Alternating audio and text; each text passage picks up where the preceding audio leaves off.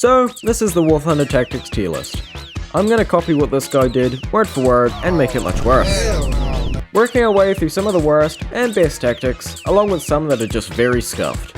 This is gonna be a very stupid video. Starting out all the way from down here, and then possibly all the way up here. As the Rainbow Frog said that I'm shamelessly copying, let us begin.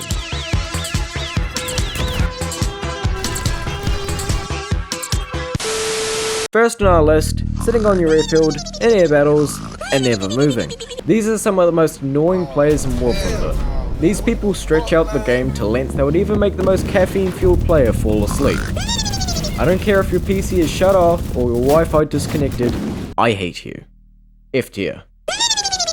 Next, holding down this key and charging into the enemy spawn. To perform this tactic, you'll first need to remove this fleshy thing in your head and remove these two things too.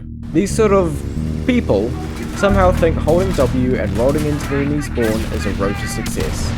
Well, let me tell you, it's not.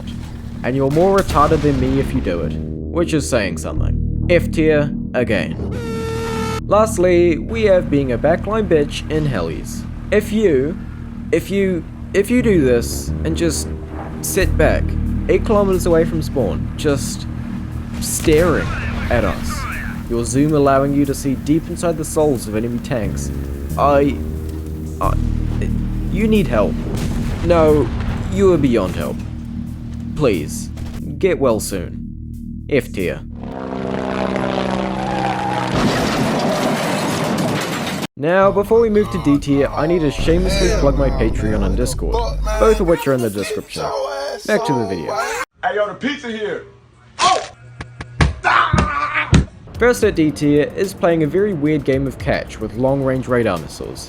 A game of catch where nobody wins, and you just look like a fool because you wasted 5 AIM-7 Sparrows attempting to take out an F-104 who was 40 kilometers away.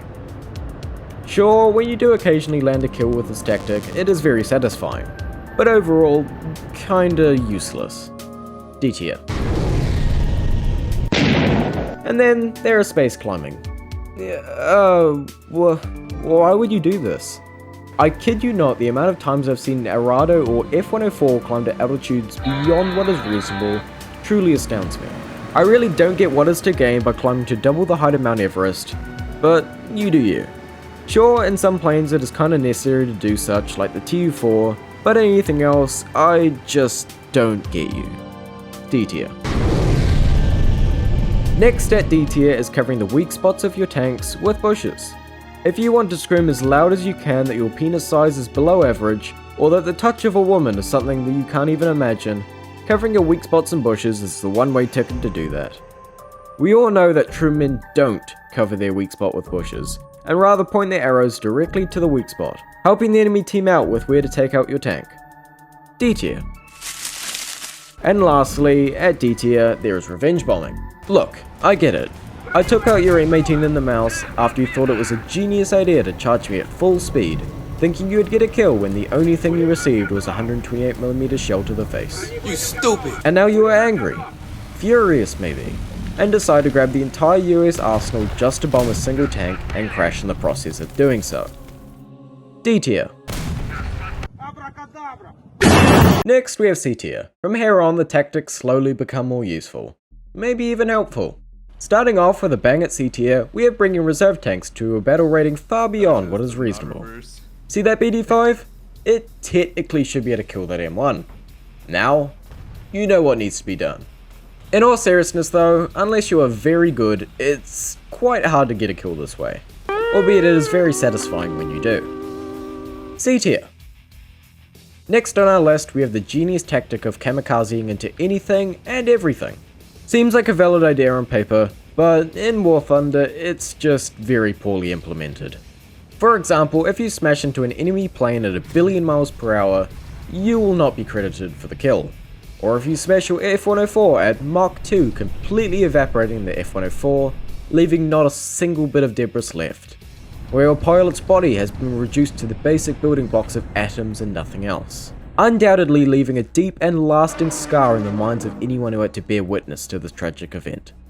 And the enemy tank's unscathed. Needs to be optimized. C tier. Then we get a little toasty. That's right, flamethrowers. Now there are only 2 vehicles in War Thunder that have a flamethrower. The Zippo, but nobody plays naval. And the Churchill Crocodile. Now, admittedly, this tactic is not super effective, but it sure is fun toasting open-top tanks alive with a flamethrower. I love the smell of napalm in the morning. C tier. I love the smell of napalm in the morning. Another not very effective, but fun tactic at C tier is using amphibious tanks actually in water. That's right, we're going full Pirates of the Caribbean mode with this tactic. Life on the open seas.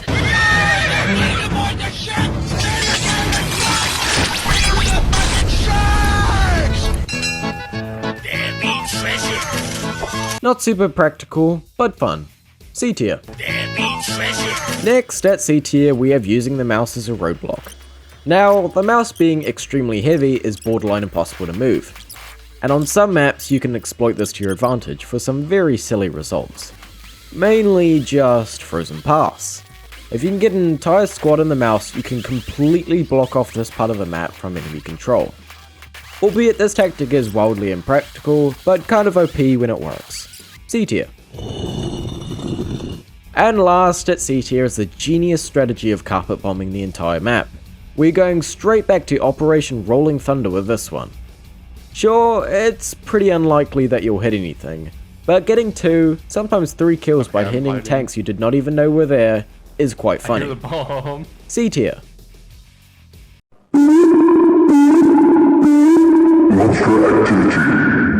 Now, at B tier, the tactics get a little more useful, and in some situations, more fun.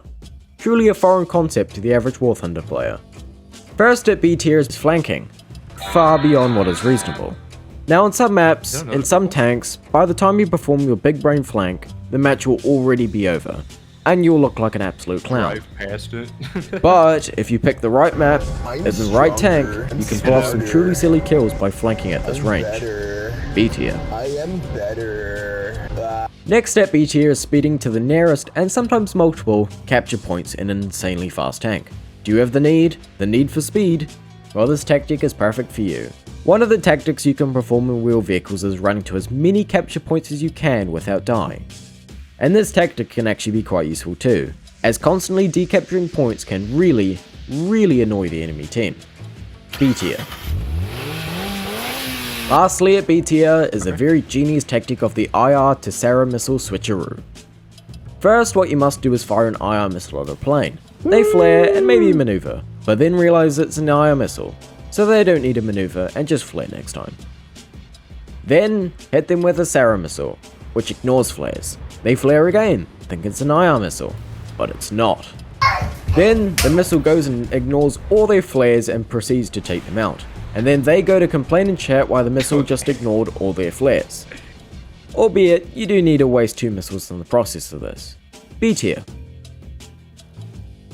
That complicates fucking things.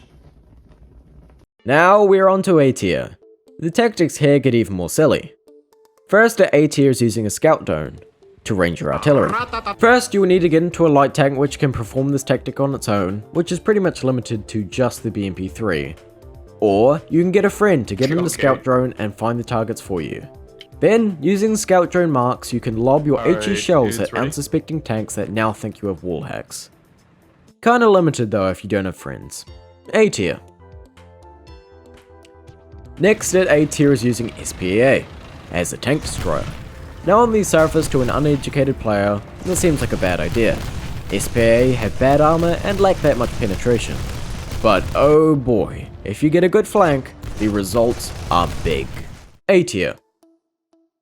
Next at A tier is using some of the fastest wheeled vehicles in game to zip around the map at insane speeds. Oh boy, it is extremely funny when you run past a group of tanks at 100 km per hour, and by the time they turn your turret to see what the hell was that, you are already doing exactly the same thing to another group of tanks. A tier. Another entry at A tier is using anything but a tank to capture points. If you have never captured a point in a plane before, you are not a real War Thunder player. The feeling of rolling up to a capture point in a plane, possibly meeting an enemy tank there while they just stare at you, incredibly confused, is honestly pretty amazing. A tier. And lastly, at A tier is acting as a field medic. A lot similar to the running around the map at the speed of an F1 car tactic, this one, instead, you run around to friendly tanks, waiting till they need assistance with repair. You can honestly rack up quite a few points with this tactic, and it does feel quite good actually being useful for once. A tier.